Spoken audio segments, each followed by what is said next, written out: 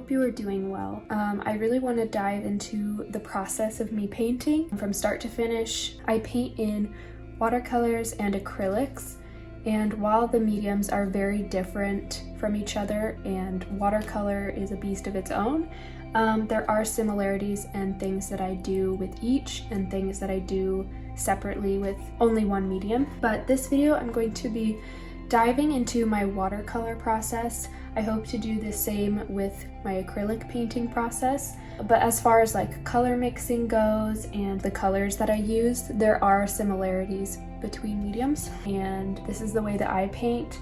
There are so many different techniques and methods to painting, especially in watercolors. There's lots of different ways that you can achieve a very similar effect.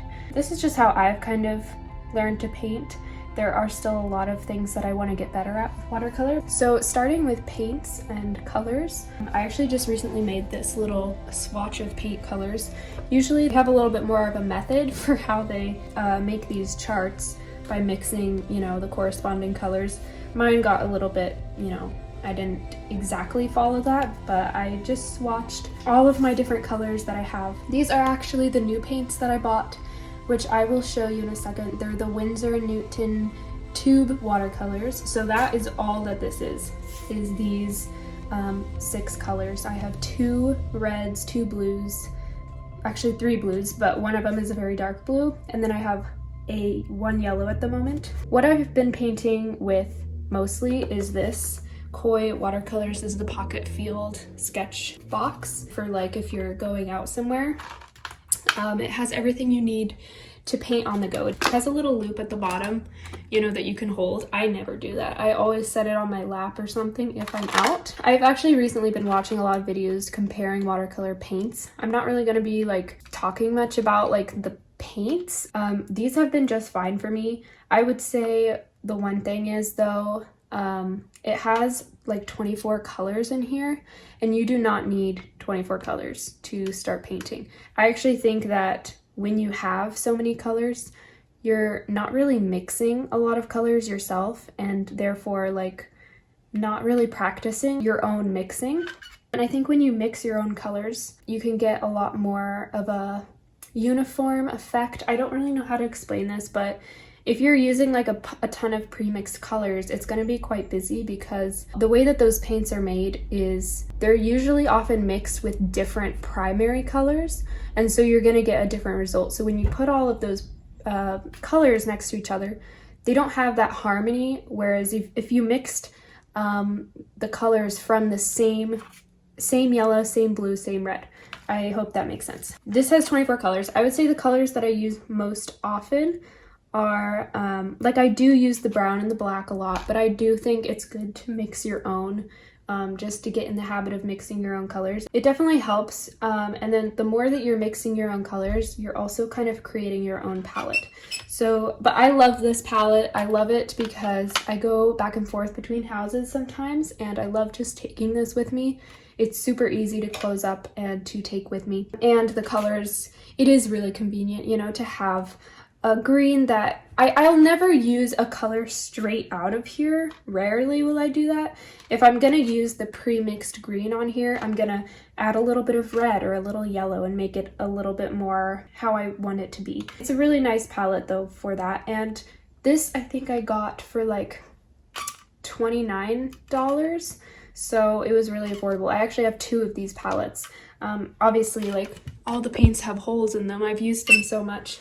Like this entire page of drawings is completely using the Koi watercolors. I still think it has a very vibrant look. You can get some really nice colors with this palette. I know I've shown this bag before, but this is my watercolor bag. So in here, I'm just gonna dump this out for you so I can properly show you. This is my watercolor bag. There are some gouache paints in here, so I'm gonna take those out. Gouache is kind of similar to watercolor. You can use it in the same way, but you can also get the opacity that acrylic paints offer, but it's kind of a blend of acrylic and watercolor. But some of the watercolors I have are the Reeves watercolors. I would be curious actually to revisit trying these and painting with them because it's been a while since I have. Now I also have these in here. the Grumbacher paints. I didn't mind these. I think these are pretty good. From what I have used, this one, I don't notice a huge difference with the brightness you're able to get. I would say like the tubes offer you a little bit more stronger pigment at first. You know, if you add less water, you're gonna get more of the concentrated paint mixture, but they're both pretty good. And a lot of times you can even just take the tubes and squeeze them out and dry them into your own pans, which I think I kind of like tubes better for that reason. It's because you can create your own palette. You can make pans, but also keep them as tube paints. But anyways, these are the Cotman Winsor & Newtons. They have a professional line, but I haven't tried that. These seem fine to me. I'm just assuming that the professional paints have stronger pigments. These probably have slightly more binder than pigment, is what I'm assuming, just because of the price. I think these are like $5 to $6 a tube. But I have recently added a couple to my collection. I have a cadmium yellow pale. I probably should have just a normal cadmium yellow. I don't really know what the pale does, but this is something that I bought a while ago, so I was just adding to my collection. I have a Prussian blue as a very dark blue, cobalt blue, and then a warmer blue that I have is cerulean blue. And I do have a burnt umber. You can make your own browns with just the primaries. You don't need this, but it is helpful to have. Then for red, I have alizarin crimson, and I just recently bought this rose madder. I have to say, when I swatched these, they look so similar that I don't even know if it's that different. Here, I can show you. These swatches are all from the Winsor & Newton paints. This is the rose, and this is the alizarin crimson. Maybe slightly darker, but they're so similar. They're very, very close. Cerulean blue, cobalt, and then the Prussian blue, and then this is the cadmium yellow. I still think it's a very bright yellow for it being a pale hue. And something that I noticed about these paints, even with me mixing it up on a palette first, obviously, I get kind of these like little sprouts of texture in the paint. And I think it's me being used to pan watercolors. You really do have to mix these up a little bit more on your palette. Especially if you're mixing two pigments together, you really have to mix it up a little bit first so that you don't get something like this, where it's almost two colors that are not blended. I'll definitely have to do a little bit more experimenting with these paints, but I wanted to show you these. And then this row is browns and like kind of earthy tones that I mixed from these primaries without any brown. And I don't think you need 3 blues. When I was at the store, I got those other ones, but yeah, those are my Winsor & Newton paints, but I've definitely been using the Koi watercolors more. I've also been using these Grumbacher ones simultaneously when I use my Winsor & Newton ones. Basically, my view on it is just that as long as you can get a decent color, it's not super grainy and hard to work with, and you get a nice clean swatch, I will mix the paints. I'll use whatever paints I can find. I'm not super picky with art supplies. I definitely want it to be a good quality. You know, I think you can do so much with student grade paints. Okay, so I'm going to do a couple of swatches just to kind of show you the properties of watercolor before I actually get into kind of a demonstration, I suppose, of me using the paints. All right, I've got my cup of water. For brushes, I use all kinds of brushes. Now, traditionally watercolor brushes have a little bit of a softer brush. So this is a watercolor brush. It's very, very soft, and it's usually like natural hair. I don't even know if this is. It's from Blick. Versus like this is an acrylic brush. Usually is a little bit more sturdy from what I've noticed, but a lot of acrylic brushes will be advertised that they can work with acrylic, watercolor, like different mediums like that. If I use this for watercolor, it's maybe just not going to soak into the paper as much as like a super soft brush. But for details, I actually prefer like the synthetic brushes that can be used for both, just because you can get some really sharp lines. My opinion on brushes is kind of the same. As long as it gets the job done, there are so many cheap brushes that I have that work just fine. I think you can do so much with so little. Okay, so I'm just gonna pick a random brush, this one. I just want to swatch a couple of these colors. I should probably move my artwork so I don't ruin it. I'm gonna just dip into this red. My colors are all a little bit dirty. I don't really clean my brush before. So I'm going to try and get the purest pigment. I'm gonna use not too much water, but just a lot of paint.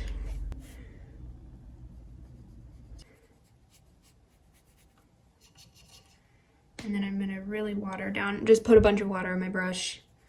A nice light color. And then maybe like a middle tone, middle one. Let's go into a blue.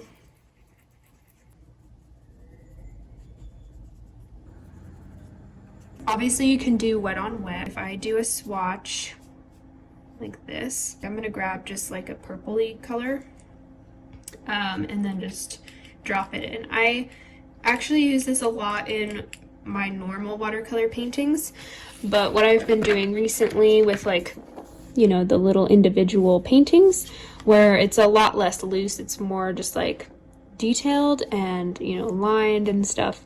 This I don't use as much wet on wet. I use a lot of wet on dry or wet on damp. Here's like a wet swatch. If I just kind of tap it, it's obviously still wet, so it's going to just kind of blur that color in there. And then for my other watercolors, I'm gonna just take some red as well and wet it just enough that it comes, you know, comes off into a liquid.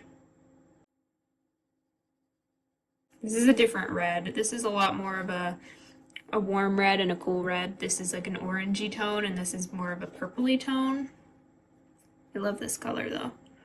It's really, really pretty watery swatch as well. So yeah, these are the Winsor & Newton paints. The main principle that I use with watercolor is start with a very, very light tone and build up on it. Sometimes it's hard because it's easy to be impatient. And if you're used to acrylic, you just cover the canvas immediately and you layer over top. Watercolor is like, you have to be a little bit more strategic with how you're covering the paper. So like if I was painting anything, I would probably start with a swatch that was this light, super, super light. And if there was a very obvious white spot, I would just kind of paint around it. That's kind of my strategy. I'm just gonna label these so that I remember. I just am trying to show you the pigment quality of each. The quality is good on each. I'm happy with both. This is like a very pale wash that I just did with the Winsor & Newton paint. So something that I'll commonly do is go and layer, you know, another layer over it. Basically, I just kind of use the water to blur out a lot of my edges. And like if I'm doing something a little bit more detailed, once the paint is dry, you can really start to layer things again. But if you try doing it too early when the paint's wet, you're gonna get like a blooming effect like that, which sometimes is really what you are going for. Working up lightly with different layers is going to keep you from running into a lot of problems. That is the main difference of how I paint with acrylics versus painting with watercolors. If you layer it too quickly or you put too much pigment down, you can't go back because watercolor does not layer the way that acrylic does.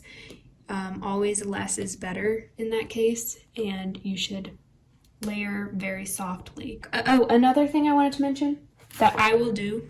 Now let's say I put too much pigment here.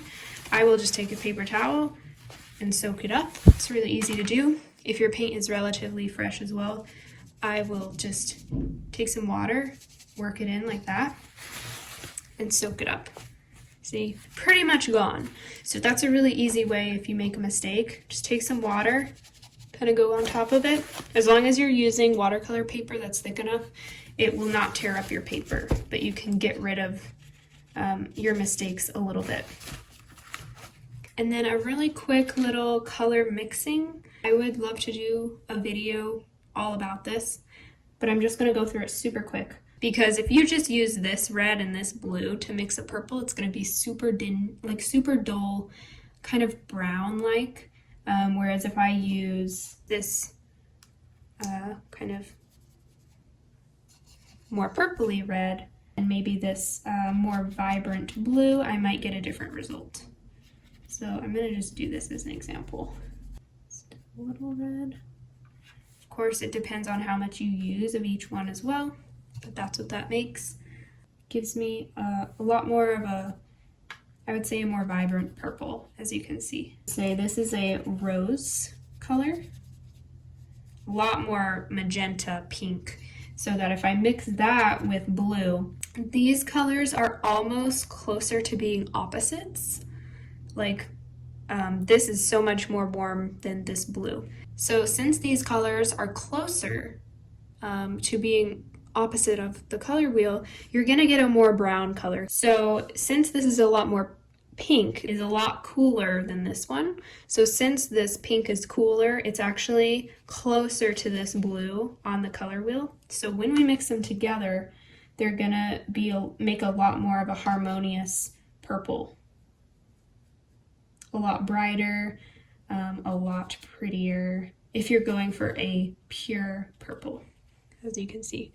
I hope this is making sense. You can obviously mix the primary colors to get your secondary colors. So I've got red. I'm gonna mix it with yellow. Give me a nice vibrant orange. It's red and yellow. So there's purple, there's orange, and there's green for the secondary colors, because those are all the mixes that you can do with the 3 colors. Blue and a yellow, and you get a green. And it's gonna depend on the different primary colors. So that's what I was trying to demonstrate. Like if I mixed this more lemon yellow with that same blue, I'm gonna get more of like a neon green, like this. If I mix yellow ochre, which is a lot more of like a brown, muted down yellow, if I mix that with this darker blue, I'm gonna get a more earthy green color. So yeah, you can always choose different primaries to mix different colors. I'm definitely going to make a video on color mixing, how I mix colors. Honestly, I've been doing it so long that I kind of just try out different colors. So that's kind of what I do, is I look at the color and I adjust it. If it's a little bit too blue, I add a warm color. If it's a little bit too red, I'll have to add a little bit more blue and maybe a little bit more yellow. I kind of just experiment, but I will definitely try and make a video that explains this more in depth. This video, I want to be more focused on my process and how I go through a painting, and then maybe in the next couple of videos I'll explore different concepts like color mixing, techniques, stuff like that. These are watercolor paintings as well, and I want to show you the difference of these ones, because this is with my tube paints, and this is before. These paintings were painted before I added these 2 blues, which are a lot brighter. So the only blue that I had was Prussian blue. It's a very dark blue. It's a lot like cooler. It's super dark, and it doesn't have a lot of it doesn't have as much vibrancy as like a phthalo blue would have. That one's a lot more of a greenish blue. So, and this is actually comes from this cerulean blue, which is that color, but it's a lot more of like a baby blue. This is the same color, but you can see it's a lot darker and a little bit more vibrant. But anyways, this top one is mixed just with Prussian blue. So you can see the blues look a lot more gray than like they do a sky blue. My greens look a lot darker and duller. It's overall just a more dull color palette with a lot of these gray tones, because I just didn't have the brightest, or even my reds. That's another point. The red is also kind of a muted red. It's a very cool red. It doesn't have a lot of yellow in it, so you get this very dull palette. So if you really like these dull colors or these earthy colors, you're gonna want more of like earthy or warmer toned primary colors than like if you picked the brightest possible colors. You can mix basically any color. With my acrylic inks, when I bought these acrylic inks, I purposely picked the brightest possible colors so that then I could mix basically any color. So this is turquoise blue, red violet light. It's basically like a magenta pink. Then I also have primary yellow. So I picked the brightest colors. Basically the colors that you would find in your printer, I think, because you can mix a very wide range. You can mix a super bright purple, you can mix a super bright green, but you can also add a little bit of this, mute it down. I remember when I was doing this, it was a little bit difficult to get more earthy, dark colors because everything is so bright. I would just add a little bit of black to it. If I pick these super bright colors as primaries, I'm gonna get a really wide range of things that I can mix because I can mix bright colors. I can also dull them down a little bit, but if I pick a more muted palette, I'm going to be able to mix muted colors. As you can see with these swatches here as well, things are a lot more earthy toned because of the primaries that I have. These are all the color mixes that I made from those primaries. These are a lot more detail oriented, a little less like impressionism-esque, trying to render my edges pretty well because the idea of these are that they would be turned into designs or stickers, so they're a lot more crisp and clean. These ones I would say like is more of my typical style, a very loose watercolor. I'll try to explain the way that I do both of these, but what I can tell you from this, there's a lot more wet on wet with this one than there is with something like this that's a little bit cleaner and tidier. This is also a flower I did that's a little bit more loose. This one's really loose. You can see all of the water texture in there. That's just lots of layering, lots of dropping in color. I don't love the flower in this one, but same with this one. This is a lot of like blurring out my edges, going back and adding water to paint, stuff like that. This one's actually unfinished. It's a picture of the cat that we used to have. Same thing. You can see I'm building her up in very light washes of color. It's not yet done, but when you look at it super close, it almost just looks like a bunch of useless brush marks that are just randomly placed. But the way that I have super dark shadows right here and right here, when you go far out, you can kind of see that she is sitting and you can see a cat. So these are the ones that I've been doing more recently, where I'm trying to get more clean edges, bright colors, and create things meant for designs. So I'll show you how to get more of these details. I would say a lot of it depends on how much paint you're using. When do you decide to dip more into your pigment and get some really dark colors, and when to, like how you should start light. So I just wanted to show some examples. Here's an example side by side. Now this does have some of those wet on wet techniques, but it's a lot more of a clear image, where this is a lot more abstract in the background here. This is one of my favorite paintings, and it's this tiny. It's from a photo, and I just love all the detail in here despite it being so small. So yeah. And also some paintings that I would maybe more typically do in watercolors are maybe just some more loose landscapes, not getting as much tight detail. This one as well, it's loose, but it has a lot of vibrant colors in it. I really like that one. Another thing to note is this has my pencil marks kind of trapped in this. I actually leave a lot of my pencil marks. It's just from me sketching first. I leave a lot of them because I really like the way it looks, but for these ones, you can see I do not leave as much. I leave just a little, and basically I'll just take, you know, an eraser. Usually a kneaded eraser is better. Just erase it very lightly before I start painting. Sometimes I'll even start painting and then be like, okay, maybe I should erase the lines before I get to that area. So just some examples of some paintings and the different looks that you can get, like something a little bit more clean, something a little bit more loose.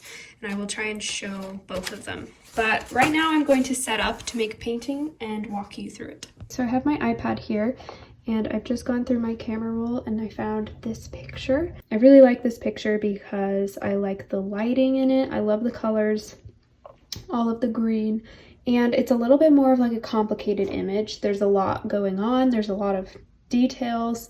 I'm going to practice capturing something similar to this and to the colors with not getting super lost in the details and simplifying a more complicated image. Okay, so I've got my sketchbook here. This is a watercolor sketchbook. I think it's Canson. Now I'm going to just do a very quick sketch. Sometimes I will tape off my paper, you know, make a nice clean line. I'm not going to do that today. I kind of just will draw usually. I'll just draw out a little box. Another thing is this picture is taken horizontally. I'm thinking of making it a portrait size. I'm just going to start by sketching out a box. This is always what I do. I just kind of keep in mind where the perforations are because it is a perforated paper. So I'm just going to sketch. Translating a landscape image into a portrait image kind of makes you make a little bit more up, but I'm okay with that.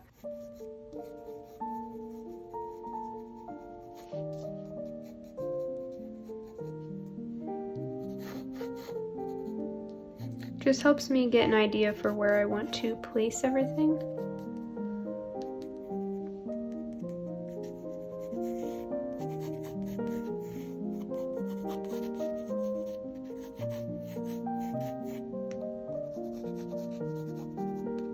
Sometimes it also just helps me to dive in with paint, but for this I want to make at least like a little bit of a sketch and just kind of pick the flowers that I'm going to be focusing on.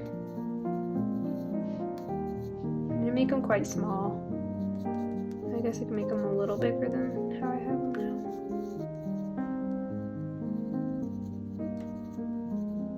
now. I might make them a little bigger. This probably looks super incoherent, but often that is all that I do. That is all that I start with.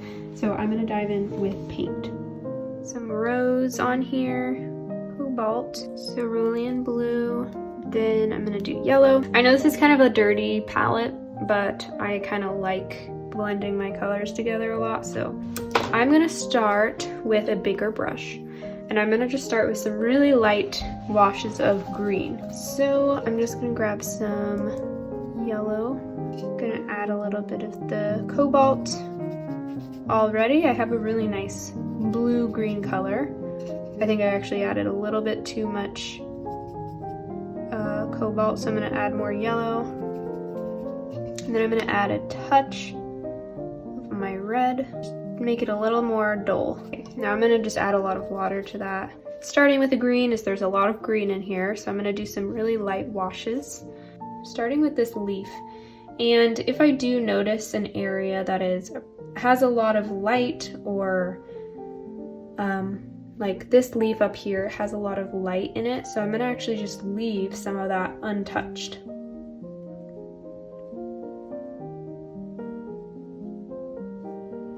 Kind of putting in the darks, and I always start with the darks in acrylics. I start with the darks in my watercolors too, but I do them very, very soft, and I leave the highlights to not be as touched. I paint pretty quickly as well. Here I'm going to start just blocking in some green for the background.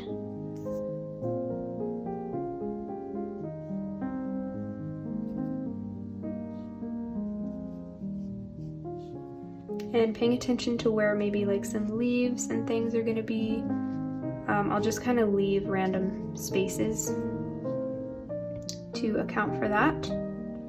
But I just kind of want to get the background a little bit green, and I'm starting with the background, but I'm leaving spaces wherever there's going to be a little flower or some spot that I want to keep like pure white paper, I mean. Just because there's a lot of sun in this area of the picture. So if I keep it a lot more yellow, it kind of just implies there's a lot more sun down here.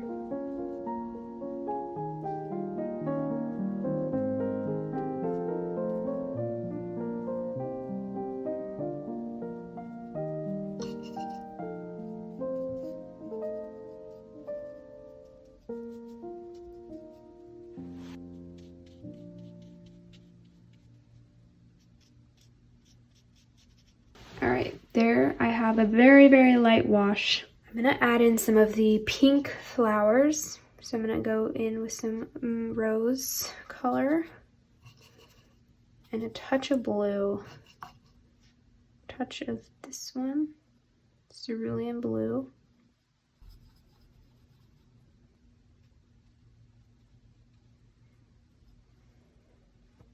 And just kind of add that into some of my areas that are already a little bit more wet. And do it a little bit loose in here, like that. Maybe just dab it a little.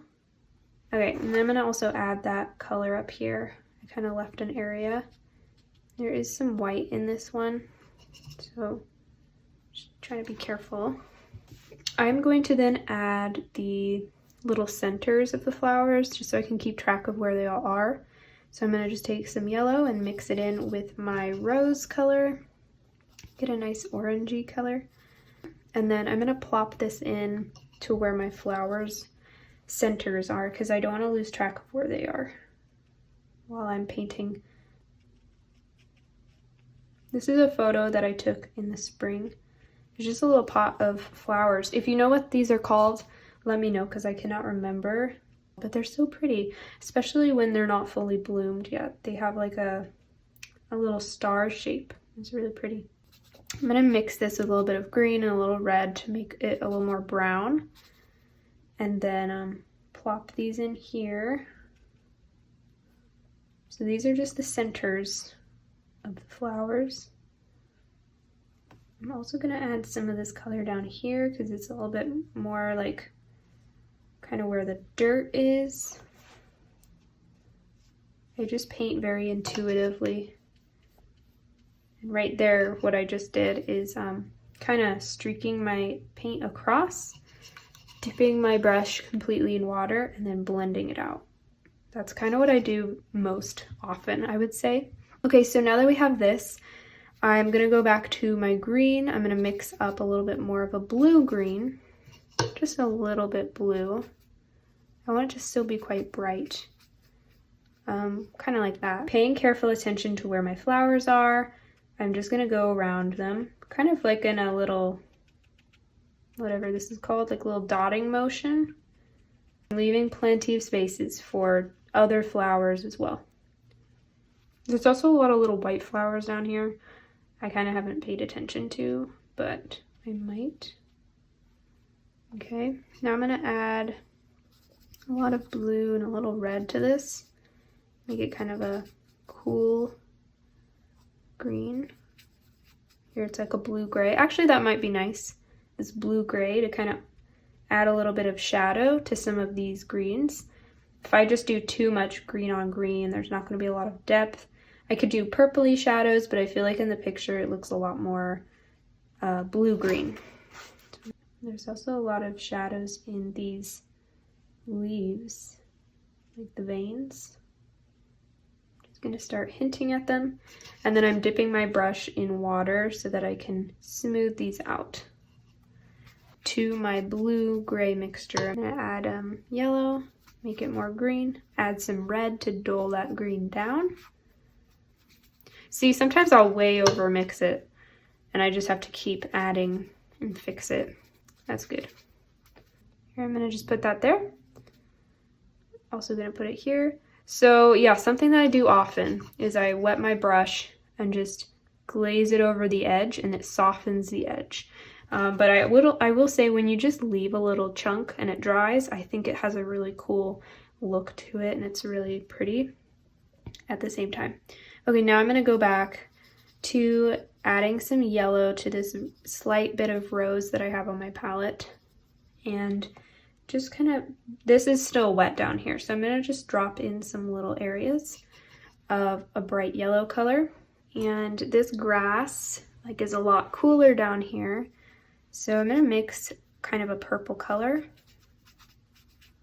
like that, maybe with a little yellow in it, and then I'm gonna kind of put it in here where the grass is a little bit cooler. It's really good to plan with watercolor to figure out where you're going to put stuff. But I want to also demonstrate that you can make a really loose painting that doesn't have too much planning, just from slowly layering things and making it interesting. I would say my biggest issue with watercolor is I will go too hard too quickly. I'll add too much and then I can't really go back. So having a paper towel on hand is super helpful so that you can just take some of the paint off and it's not as permanent. If you've accidentally covered up some of your light, just take some water and lift it up and it's not like ruined, you know? So I think I'm gonna start adding in some of these flowers. So I'm gonna switch brushes so that I'm not tempted to go too big and switch to a very, very tiny brush, just so I can get those nice details on here.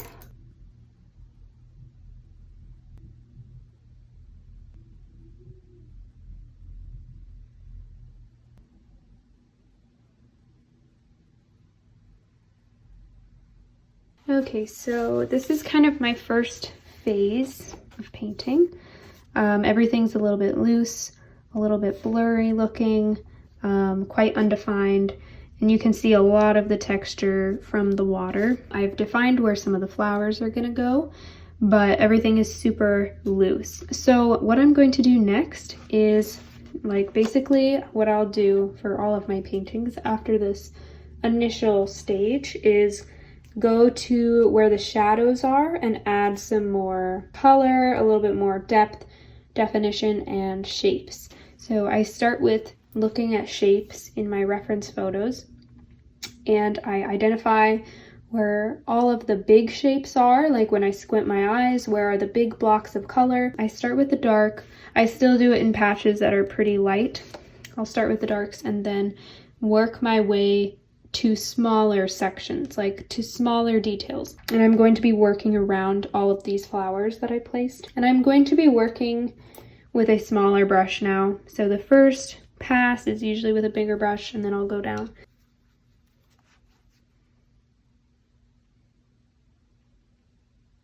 Okay, now there are also some leaves here that are quite prominent in the sun. So I'm gonna just take some dark paint because there's shadows underneath these leaves. So I'm gonna just kind of outline where they're gonna go.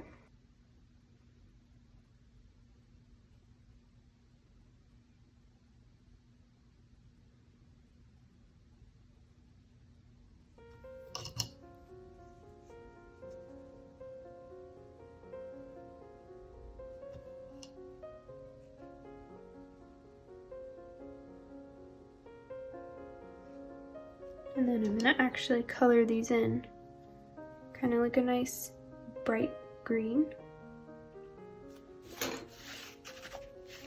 And then down here, there's a lot of little details. I'm gonna again stick to the blocks of color that I can see, like where the shadows are.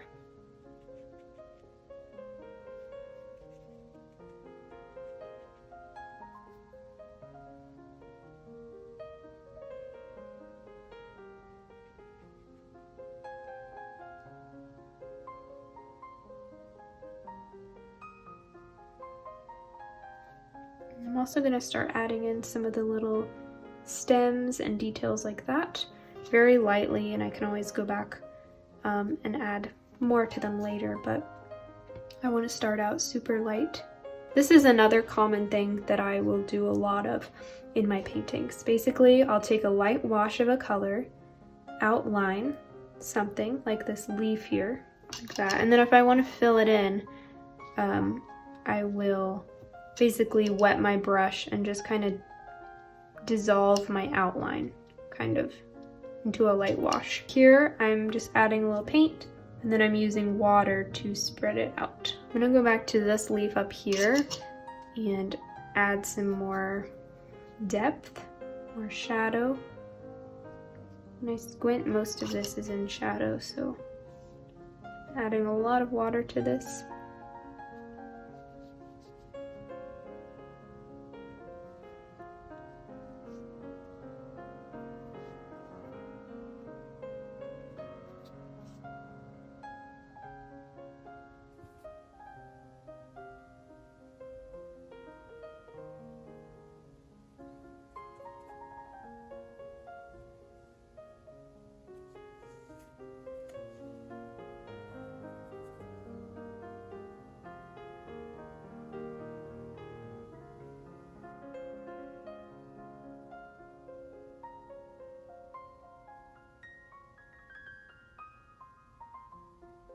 The reason I'm making all these tiny little dots is because it just kind of helps me outline around the petals without cutting any of the details off. And then what I will do once all of these are kind of outlined is I will put some water onto my brush and blend these so that they don't look like dots around it.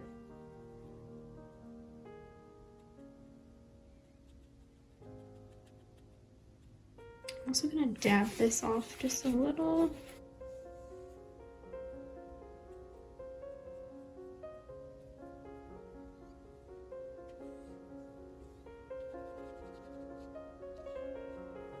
I paint very loose and I go with the flow. I'm not constantly analyzing. I'm just kind of putting paint down. I would say my paintings definitely look more abstract this way since I don't like pay very close attention to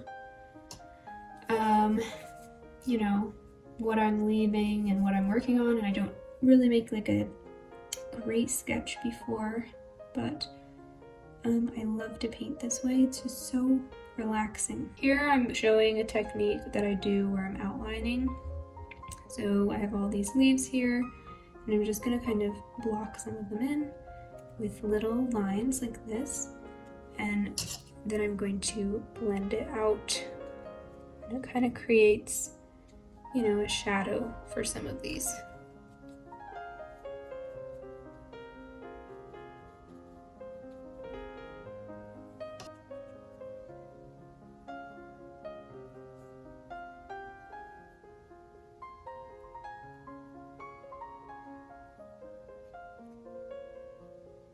Okay, now I'm gonna go back to my more sharp brush and add in some more pinks.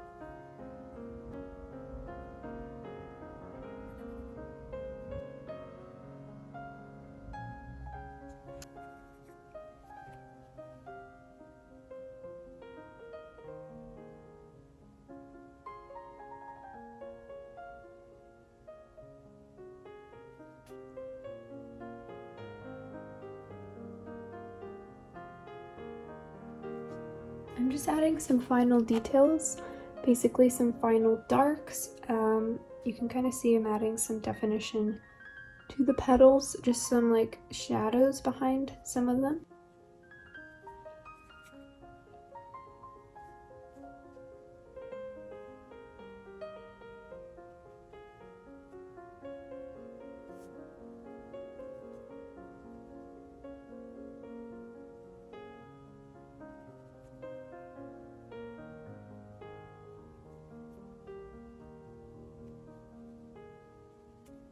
I'm kind of afraid you can't tell what it is. That kind of happens sometimes with my watercolor paintings.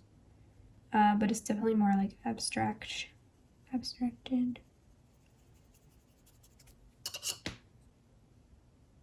I don't typically like to do this because when the white dries, I just feel like it doesn't look the greatest. So this is what it's looking like. I'm still feeling, this one looks too much like an egg. I need to fix that. And I'm feeling like the background could be a little bit darker. Definitely this is a tricky one. That's why I picked a more complicated image, because I wanted to, well, first challenge myself, but also just hopefully show that you can break down an image.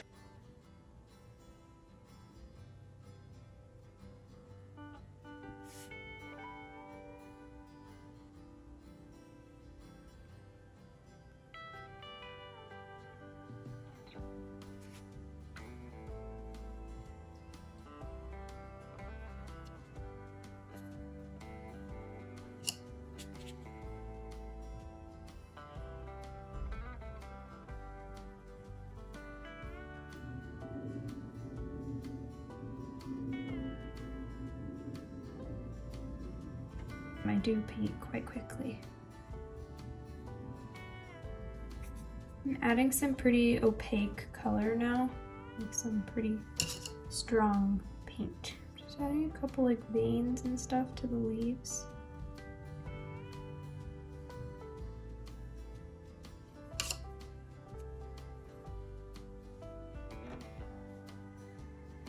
Little like grasses or something. I'm gonna just make an impression of. I'm gonna add like a little corner of blue here. Oops. Maybe just hint at like a sky or something peeking through.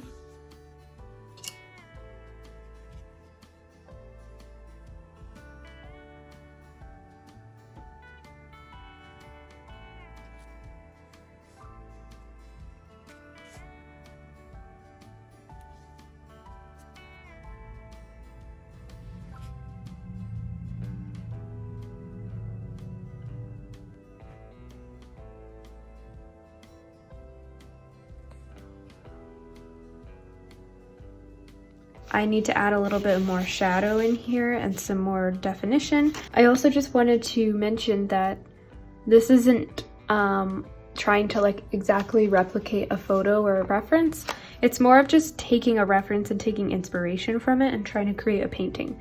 Obviously this reference photo was a landscape orientation and I made it into a portrait orientation, so it's not going to be completely like accurate, and using the reference as inspiration rather than like, you know, what it has to look like. It's pretty helpful to sometimes just block out the negative shapes. So it's the spaces that are in between the main subject or what you want to draw attention to. So basically, like, this is a negative shape. Anything that's defining the leaf without just drawing the shape of the leaf. I'm drawing the spaces in between the leaves.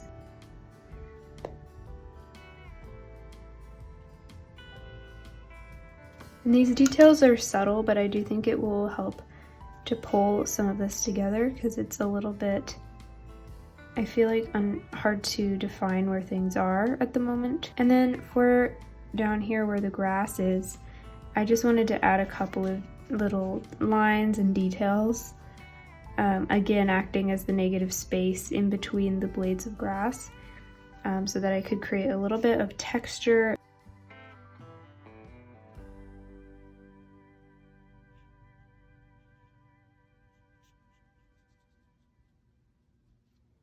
I really quickly just also wanted to show you a painting of mine that I feel like is a similar subject, similar process, and one that I actually really love. So it's this painting. You're gonna see my camera light. Here, I'm gonna turn the light off.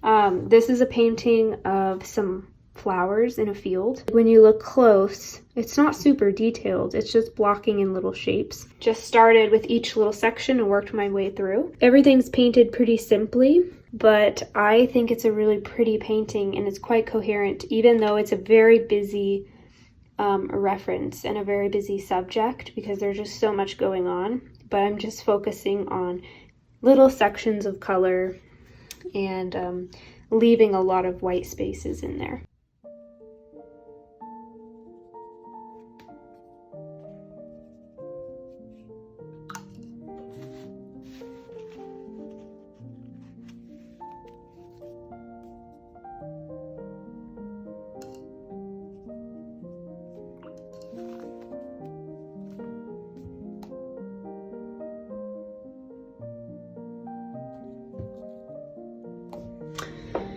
Okay, I just went in and added some more details. So I just added some shadows to this kind of area, some texture, and then I went in with some of the flowers and added some more red into the edges of the petals. Same with this little plant.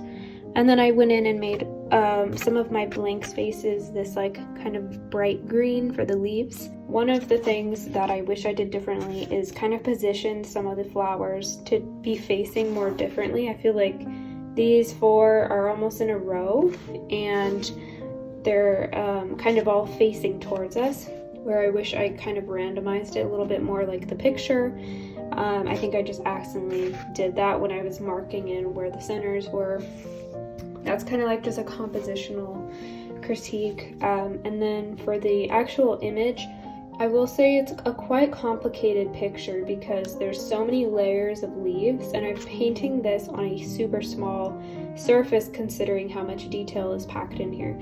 But I still like the impression, and I like the colors. I like this edge here, this sharp edge of the leaf. I kind of want to replicate it right here.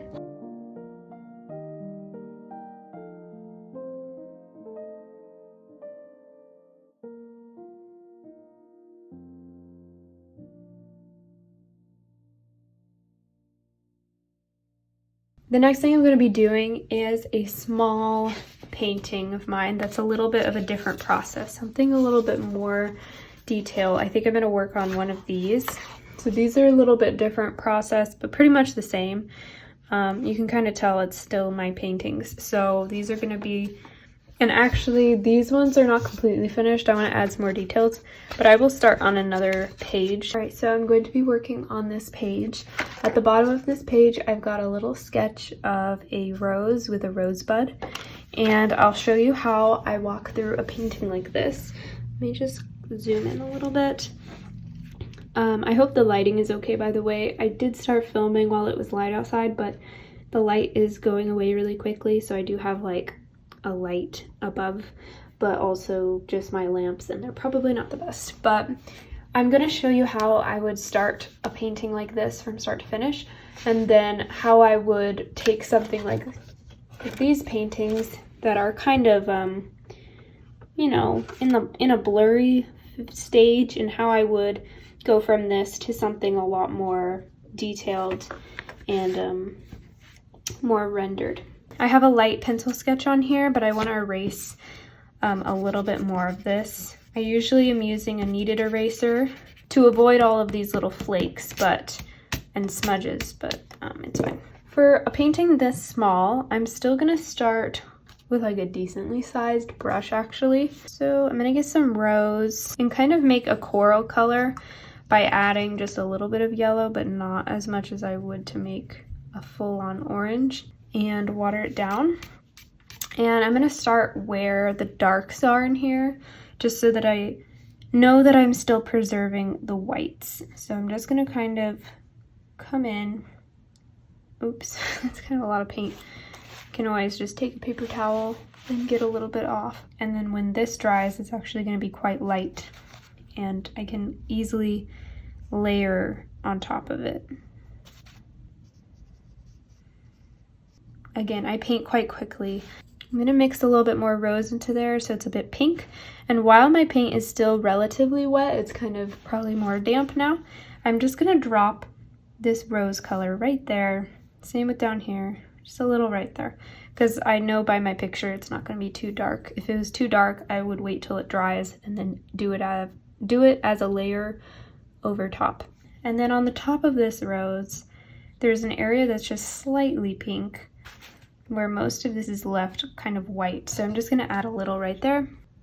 Okay, so now that I have my my colors in there, I'm gonna move on to the other parts of this little tiny painting, which is the bud. Also, while I'm with this pink color on my brush, I'm gonna mix it with a little bit of blue.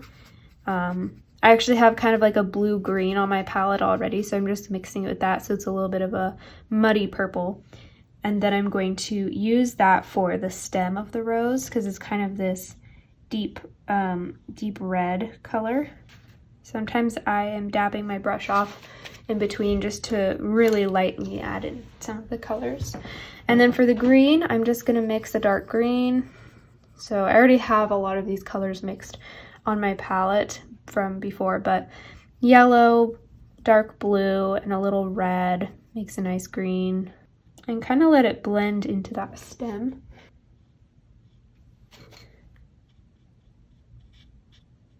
Like that.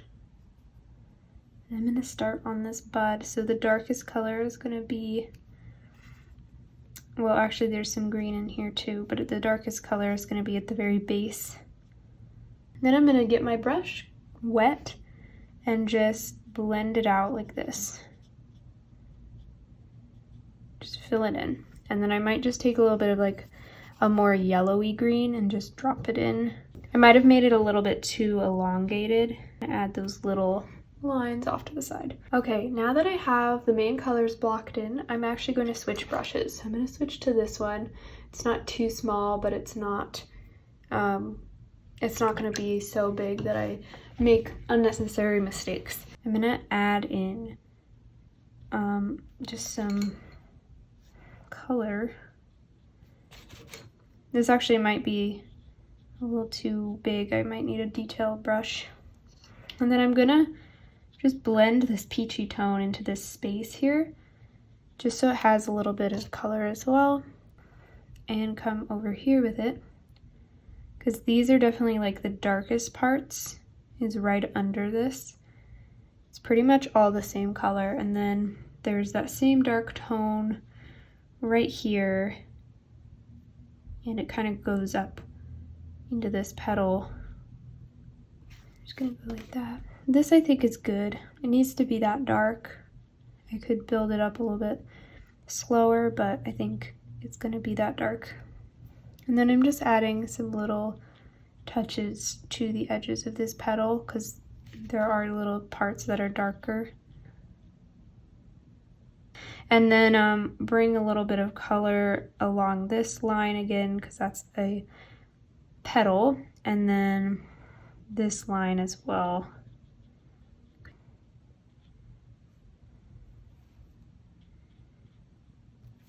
So I'm trying to put some details, and I have noticed while I'm painting, not just in my swatches, but I do notice this kind of blooming effect and this effect a lot more in my paintings than I do with the koi. So it's definitely a different paint. Like, well, obviously it's a different paint, but it's different properties of the paint to get used to. Okay, so I'm just adding in some shadows and I'm gonna let that dry. I want to just kind of add some details up here like that. And then down here, I'm just gonna add a little bit more darkness. So if I have a green and I need it to be a darker green, I will just add more dark blue and a little bit more red usually, so it tends to be a little bit more of a purpley green. You can easily make it a light green by adding a lot more water. That's kind of the great thing about watercolor is with acrylics, if you want to make a color lighter, you really just have to add white. But with watercolors, you have one color in your pan and you control how dark or light it is by the amount of water that you add.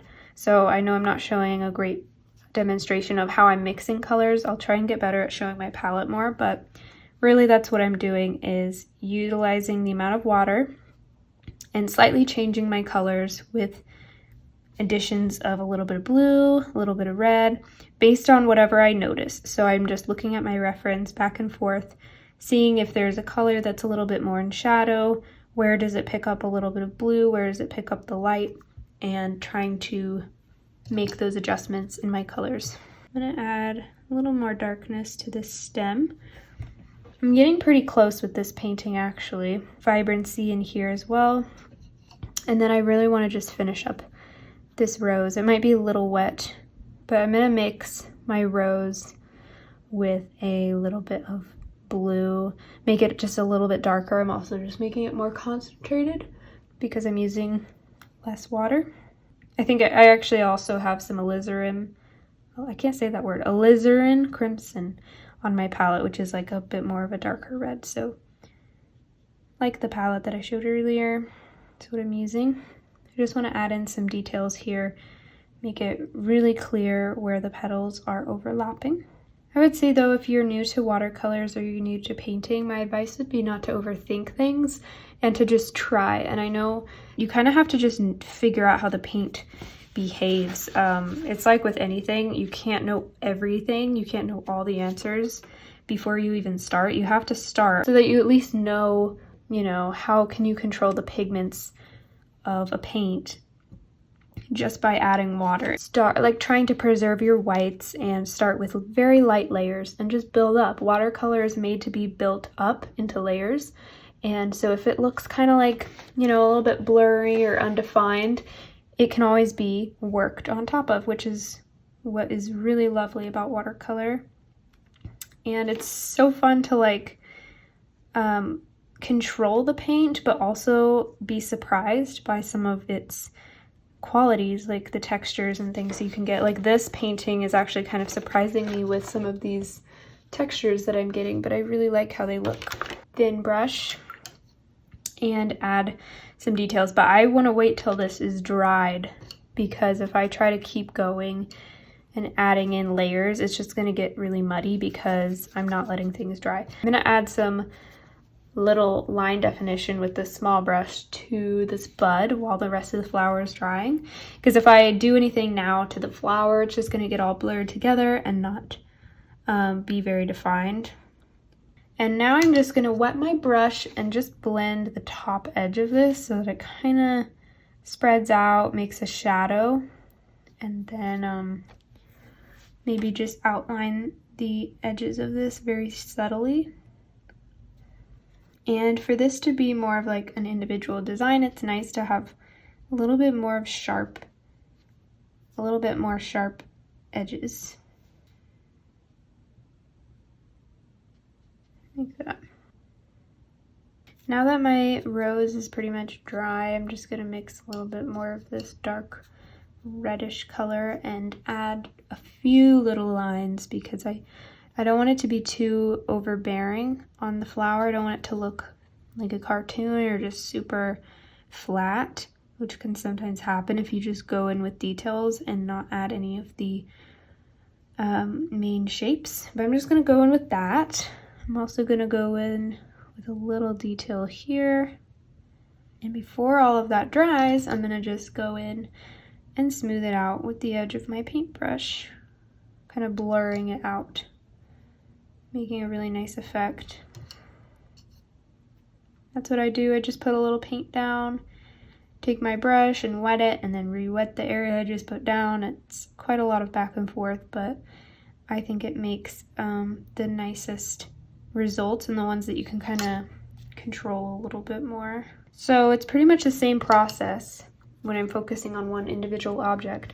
It's the same process as my process of doing a more full image like this, but I'm just kind of focusing a little bit more. I'm going through the same step-by-step process of starting with a light wash, usually a bigger brush, working my way down to the details, leaving my whites. Everything's the same. I'm just doing a little bit more detail and leaving things a little less, maybe a little less impressionistic, with something that's supposed to be more of an individual design.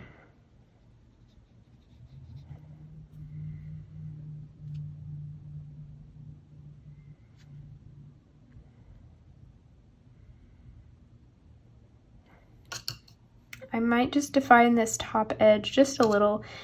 If this is going to be an image that I scan anywhere, then it's going to be a little bit hard to pick up right there. So I'm just going to add a little bit of paint up here. Another thing that I will do is take a lot of frequent breaks. Look at the painting with clean eyes, look at my reference, and then just compare like what's darker, what parts are a little bit more vibrant, where have I maybe mixed the wrong color, or is my reference a drastic different color or something like that. I don't usually care about the color that much because I kind of go with my own palette. But so the next thing that I will be working on is this orchid here in the middle. This is, I will put it up on the screen of what my inspiration was, but I'm mixing two images. So again, it's probably not the best for a demonstration. But this is something I do so often.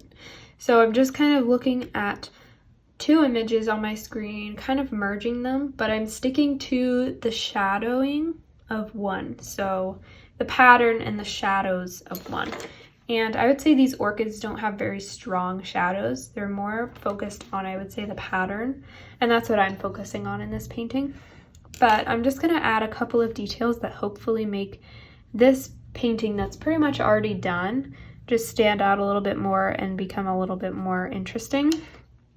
So I'm gonna get some rose and some cerulean blue. I might even get some cobalt blue in here actually. And I'm gonna go and I'm gonna add this in because it's gonna get a little darker around this center of the flower because there's less light getting there. Because this orchid is mostly just a dark pattern on it. It's not super complicated. I'm just trying to capture the pattern on it. There's like a very thin little white strip here.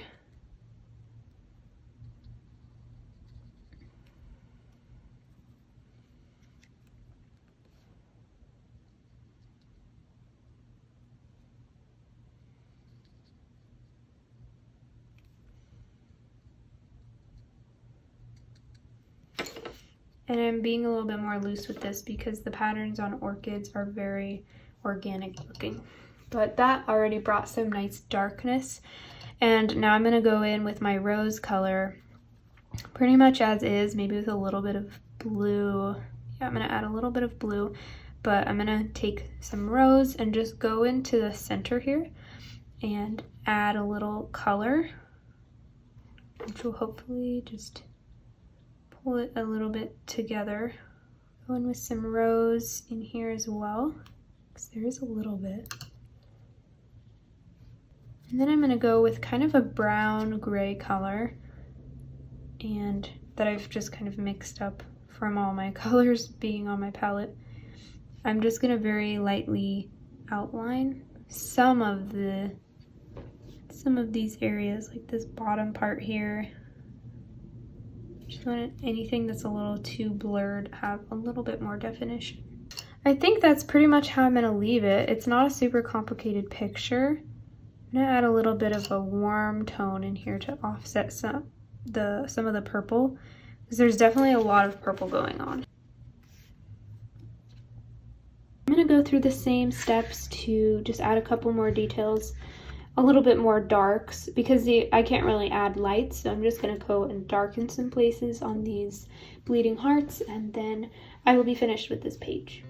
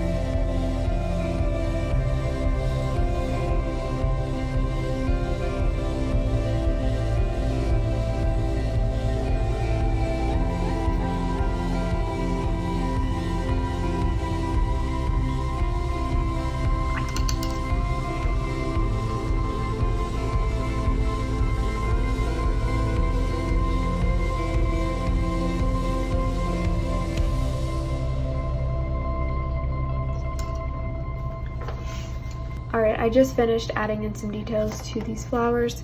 So for the bleeding hearts, I kind of just added some more really light lines, some shadows, made these little ends a bit darker as well. And then I kind of mixed a peachy color and added some of that in just to have some warmth and depth shine through as well, like my picture has. I really like all of these flowers. I feel like they could still be a little bit more detailed, and watercolor is a very time-consuming medium, or it can be a time-consuming medium because it's a lot of patient layering, but I really like how they look, and I do like my watercolor paintings to have a certain softness about them. I hope this was a helpful video and that it at least showed you a little bit of insight into the process and the way that I paint. I'm going to be definitely doing some videos in the future that are a lot more structured, hopefully, that have more concrete information. For example, I want to make one all about how I mix colors and apply the paint, and I want to make more technique type videos. I really want to share my process with you and hopefully inspire you to paint or to start painting if you haven't ever. I will see you in my next video, hopefully with something helpful or inspiring. Have a good week.